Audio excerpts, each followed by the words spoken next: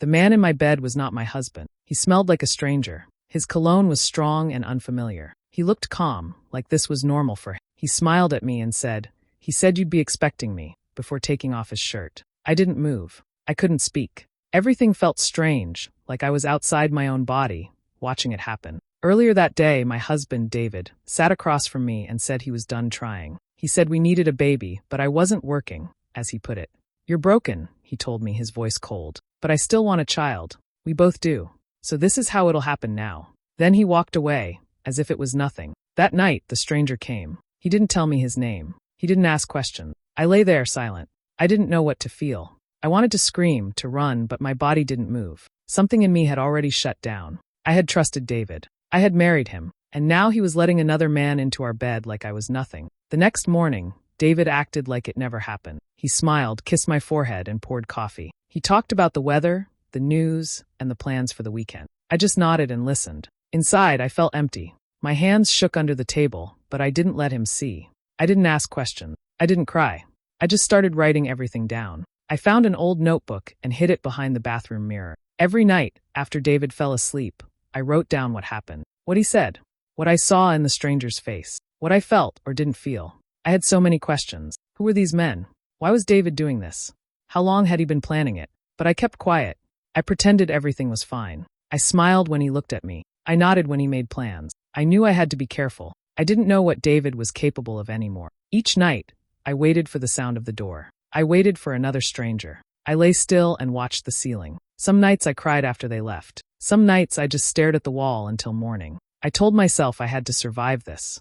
I had to understand what was really happening. I had to stay strong, because one day I would get out, and when I did, I would make sure David paid for everything he was doing. David sat across from me, calm and cold. He told me the rules. One man every night. No repeats. No names. I had to act normal, smile, talk like nothing had changed. "It's only 3 months," he said. "Just get pregnant." I told him no. I said it was wrong, sick. But he didn't care. He reminded me of the prenup I signed. If I left, I'd have nothing. No money, no place to go.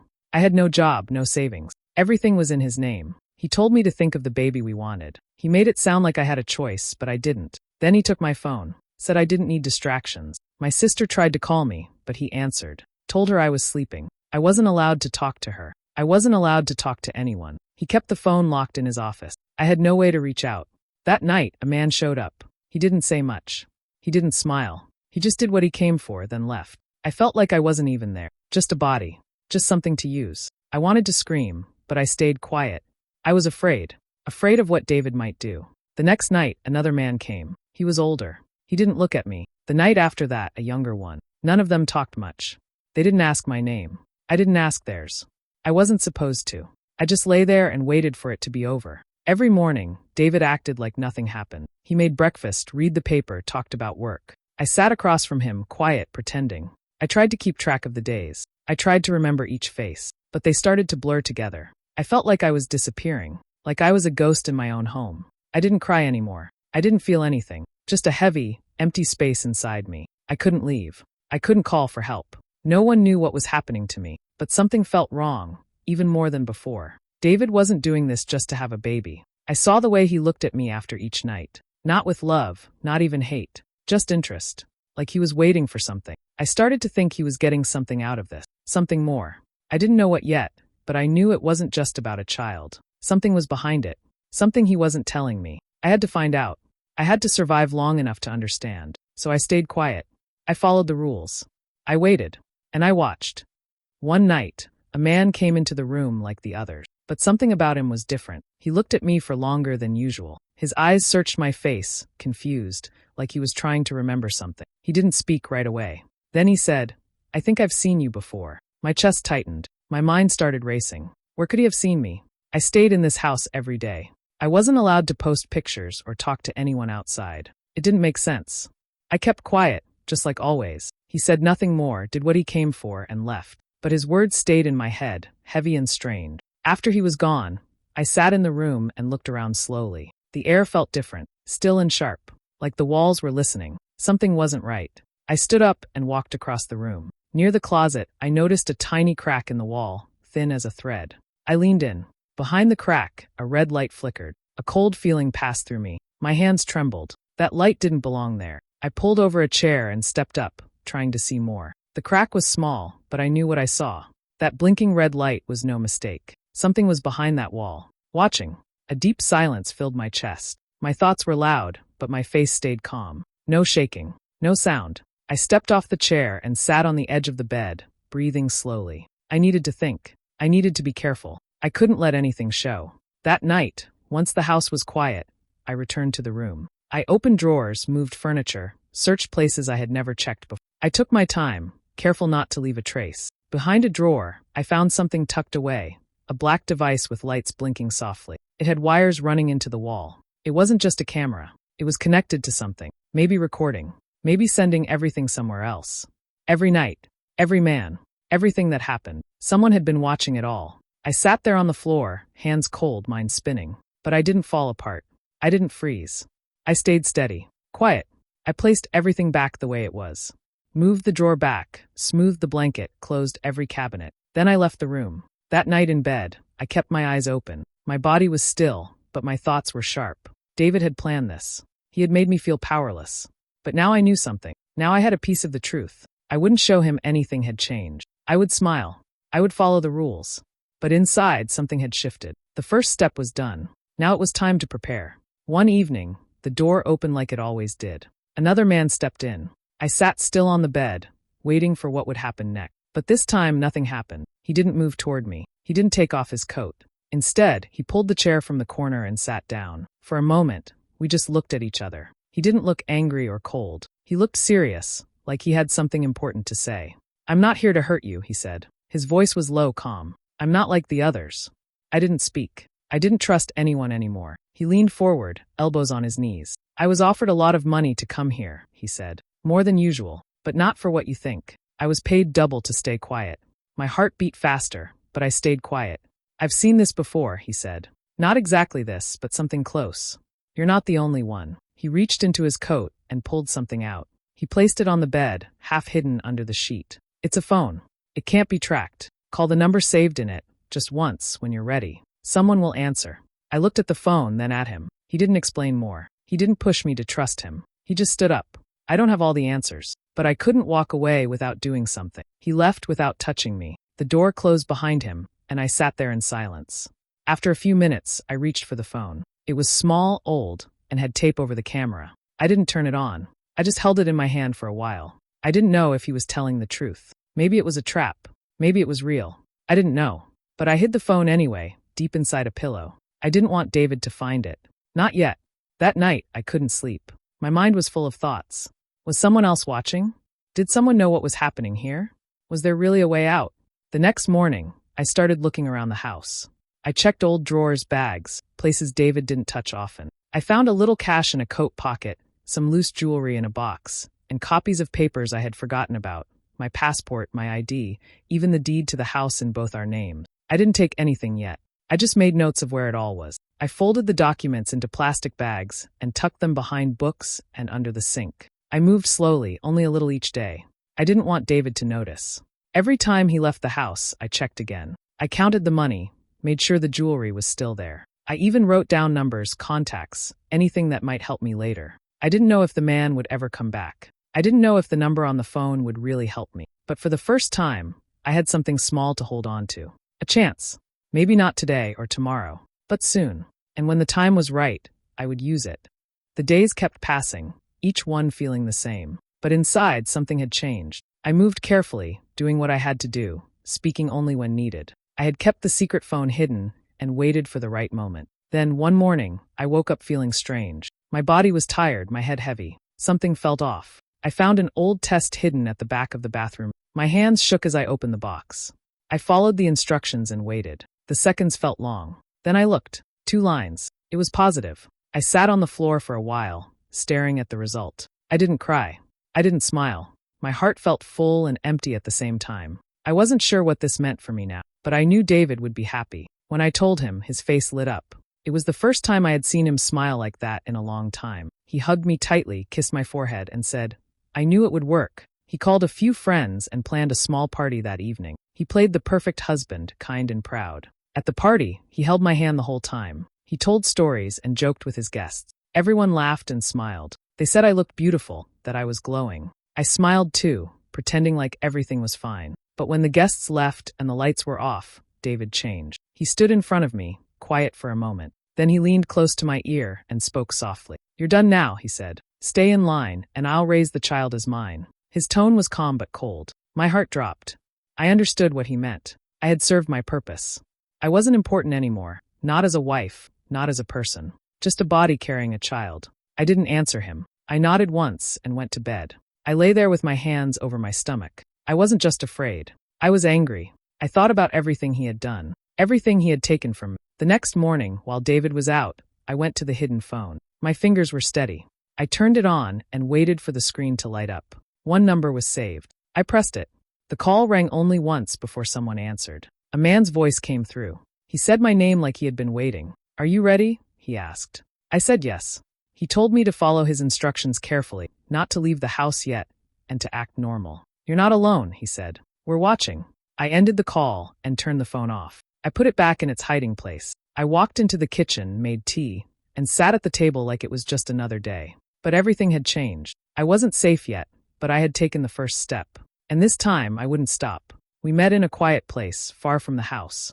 It was dark, and I kept looking over my shoulder. I didn't know if I could trust him, but I had no other choice. He stood under a streetlight, hands in his coat, eyes watching every move around him. When I walked up, he gave a small nod. "You can call me Marcus," he said. "I'm the one who gave you the phone." I stood still, waiting for him to speak more. My hands were cold, my heart beating fast. "I used to work in the army," he said. "Now I take private jobs. I was hired by your husband to find men who would agree to what happened in that house." I didn't speak. My mouth felt dry. I just listened. "I didn't know the full story at first," he said. "He told me it was a private agreement between husband and wife. He paid well. Too well. So I looked deeper." He paused, looking at my face. "What I found was worse than I thought," he said. "David runs a secret site. A place where people pay to watch things. Dark things. Rich people. Hidden accounts. Special invites." He looked away for a second, then back at me. "You were the main show," he said. "The men, the camera, all of it. Live. People paid thousands to watch." My stomach turned. I felt dizzy. I tried to breathe, but it was too much. I bent over and threw up near the wall. He didn't come closer. He waited until I stood up again. "I'm sorry," he said quietly. "I know this is a lot."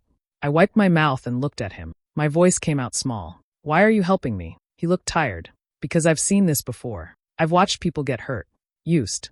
And most of them never get a chance to fight back." He stepped forward, pulling a small folder from his coat. "This is some of what I found. Usernames, payments, video log. But we need more. We need to take everything, shut it down." I took the folder and held it close. "There's one condition," he said. "You work with me. No more secrets. No turning back." I nodded once. That was enough. He told me we would meet again soon. He would find proof, real proof. Enough to make people listen. Enough to bring everything into the light. He walked away, disappearing into the dark. I stood alone for a long time, holding the folder tight. I thought about the house, the cameras, the men, the lies. Now I knew the truth. It hurt. It burned. But I wasn't in the dark anymore. And with Marcus beside me, I was finally ready to fight. I traveled to see my mother. We hadn't spoken in a long time. Our relationship was cold, built on years of distance and pride. But I needed her now. When she opened the door, her eyes narrowed. She looked older, but her voice was the same. We sat in silence for a moment before I spoke. I told her everything, what David had done, what I had been through, what I had found. I expected her to doubt me. She didn't. She listened carefully, her face hard but calm. When I finished, she stayed quiet. Then she said, "I own shares in David's business." My breath caught. She stood up, walked to her desk, and pulled out a file. "He gave them to me after the wedding." A smart move, I thought at the time. She looked at me. "Do you need money?" I nodded once.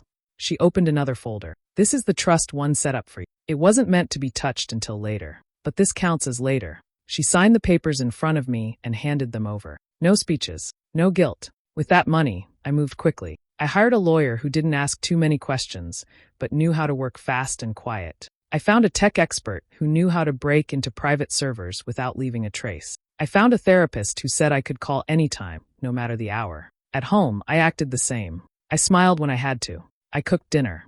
I sat beside David on the couch and answered his small talk with soft replies. He didn't notice the change. He thought he still had control. But everything had shifted. I was working in the background, quiet and careful. Every day I wrote more notes. Every day I sent new files to the lawyer. I kept copies hidden in safe places. Marcus kept calling. Never the same number. Always short calls. I've got more, he would say. New footage. Full names. Proof of payments. He had even found some of the men who had been sent to the house. Some wanted to disappear. Others wanted to speak out. One of them said he had a copy of a contract David had him sign. We gathered more and more. Images, videos, usernames, account transfer. Marcus knew what he was doing. He said once, "This isn't just about you. There are more women out there. We'll find them too." I stayed focused. I followed every instruction. Each step was planned. Each moment mattered. At night, I lay still and thought about what was coming. Not the fear, just the finish. The last step. The moment the truth would no longer be hidden. And when that day came, nothing would stop it.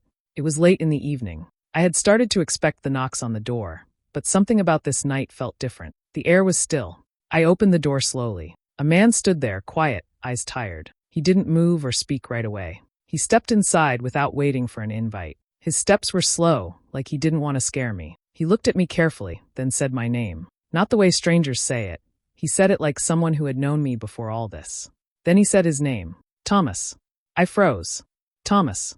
David's brother. The one who had disappeared. The one no one talked about anymore. David told me years ago that Thomas had run away after a family fight. I had never met him before. His face looked older, but I could still see the family line in it. His eyes, his mouth. Like David, but tired. Softer. He sat down and looked at the floor. I didn't come to scare you, he said. But I don't have much time. I waited. My heart beat faster, but I didn't show it. I know what David's doing, he said. I know what he's done to you. I saw the signs. I've seen it before. I kept still. He went on. He's planning to get rid of you. After the baby comes, you were never part of the future. Just a way to get what he wanted. The words hit me like cold water, but I didn't ask questions. Deep down, I had feared something like this. Thomas looked at me again. He did the same to someone else. Years ago. That's why I left. I found out what he was doing. Streaming, lying, hurting people. I told him to stop. He threatened me. I ran. He pulled out an old photo. A woman. Blonde. Eyes full of fear. She was the first, he said. She disappeared. No police report. No news. Just gone. I looked at the picture. My hands shook, but only for a second. I've been following him for years, watching from the outside, trying to find a way to stop him. When I found out what he was doing to you, I knew I had to come back. I asked him why now. Because time's running out, he said. He's getting ready to vanish again, but not before he erases you. He's already moving money, making calls. People like him don't leave loose ends. I asked how he knew all this. He smiled a little. Because I used to help him. Long ago. I was part of it. The company, the tech, the network. I left when it got too dark. But I remember everything. He pulled out a small flash drive and set it on the table. This has names. Emails. Payment history. Enough to open doors. Maybe even enough to bring him down. I stared at it, then back at him. He wasn't asking for trust. He was just telling me the truth. I can't stay, he said. He has people watching. But I had to warn you. Whatever you're planning, do it soon. He stood up, walked to the door, then stopped. You're not the first. But maybe you can be the last. Then he was gone. The house was quiet again. I stood alone, holding the flash drive. My legs felt heavy, but my mind was clear. The pieces were falling into place. Time was short, but I wasn't afraid. The weekend retreat was planned months ago. David said it was for business, but also to celebrate the baby. He wanted to show his partners that everything was perfect. I agreed to go, just like he asked. I packed a simple bag and smiled when he talked about the event. I acted like a proud wife. He didn't notice anything different. The place was big. A private lodge in the mountains, filled with expensive furniture and quiet hallways. The guests arrived one by one, men in suits, fake smiles, soft laughs. They shook hands, made jokes, and poured drinks. They called me beautiful, glowing, lucky. I nodded and stayed close to David's side, just like he wanted. He told everyone there would be a special live stream that night. A surprise. It's for the baby, he said. You'll all love it. They laughed and clapped. Some pulled out their phones. Others whispered in corners. They had no idea what was coming. Before the dinner, I asked for a moment alone. I said I needed to fix my dress. David kissed my cheek and let me go. I walked quietly to the room where the tech was set up. The screens were ready. The lights were soft. The camera was already pointed at the couch where David planned to sit and speak. I reached behind the table and connected the small drive Marcus had given me. The screen flickered. The old files loaded. Names, faces, timestamps. Then I locked the room and walked away. Dinner was served. Wine was poured. Everyone sat around the table, laughing. David stood and tapped his glass. Before dessert, he said, I want to share something special. A little gift from us. The lights dimmed. Phones were ready. The screen came to life. But it wasn't a soft picture of a baby. It wasn't music or laughter. It started with a single clip. A quiet bedroom. A woman sitting on a bed. A man entering the room. Then another clip. Then another. Different faces. Different nights. No sound but the soft buzz of the camera. Whispers spread through the room. Someone stood. Another one dropped his fork. David's face turned pale. He looked at me, confused. Then angry. Then afraid. The clips kept playing. Names appeared on the screen. Email addresses. Payment records. Faces of the men who had visited. Faces of those who had watched. Then the screen went black. Sirens filled the air outside. Fast footsteps. Flashing lights through the windows. The police didn't knock. They came in all at once. Shouted names. Pulled out handcuffs. David didn't run. He just stood there, frozen. His hands were shaking. I didn't speak to him. I didn't look at him. My lawyer met me at the door. He nodded once. Everything had gone as planned. We walked out together. I didn't rush. I didn't turn around. The wind was cool. The night sky was clear. I placed one hand gently on my stomach. It was done. 6 months had passed. The house was quiet, filled with soft light and the sound of the baby breathing. He was healthy, calm, and strong. Her mother helped when she could, holding the baby while she rested or took short walks in the garden. The days were slow but safe. The city outside still moved fast. News kept coming. David's trial was everywhere, on TV, online, in papers. People were shocked. His name was no longer spoken with respect. Each day, another name came out. Men who had watched, paid, helped. Some were arrested. Some tried to disappear. But the truth was spreading. She stayed in her mother's house. It was old, quiet, and far from where she used to live. No one knew her here. That was the point. She had changed her name, her number, her hair. Everything that tied her to the past was gone. Only the baby remained, and the memory. Marcus came by sometimes. He never stayed long. He'd bring documents, updates, or just sit in silence. He never pushed her to talk. He understood. He had seen too much too. They had grown close through everything, but she kept space between them. She didn't want comfort. Not yet. She needed time, and he gave it. When he left, he always looked back once, just to make sure she was okay. The flash drive sat in her drawer for weeks. She'd look at it sometimes, her fingers brushing the surface, thinking about what to do. It held everything, more than what was already out. Messages, payments, photos, proof no one could deny. She knew there were others, people who had been hurt, people still too scared to speak. She wanted them to know they weren't alone, that someone had listened, that someone had fought back. One morning, after feeding the baby and watching him fall asleep, she took the flash drive out. She placed it in a small envelope, wrote no return address, only one name, a Reddit moderator who had been posting about hidden abuse, giving others a voice. She added a short note, just 5 words, for the survivors. Use this. At the post office, she handed it over without a word. The woman behind the counter smiled kindly. Do you want tracking? She asked. She shook her head. No, just send it. Later that night, she sat at the kitchen table. The baby slept nearby, curled in a soft blanket. The room was still. Her laptop glowed softly in front of her. She opened Reddit, found the thread where people shared their stories, some angry, some afraid, all brave. She typed a short message, nothing dramatic, just the truth. She clicked post. Then she closed the laptop and stood up. Outside, the stars were beginning to show. The baby made a soft sound in his sleep. She walked over, picked him up gently, and held him close. The past would always be there, but it didn't control her now. The future had already begun. If you've ever felt broken by betrayal, but still dreamed of healing, this story is for you. Share it with someone who needs strength today. Tap like, leave a comment, and follow for more true stories about resilience, renewal, and quiet bravery. You're not alone. Let's heal forward together.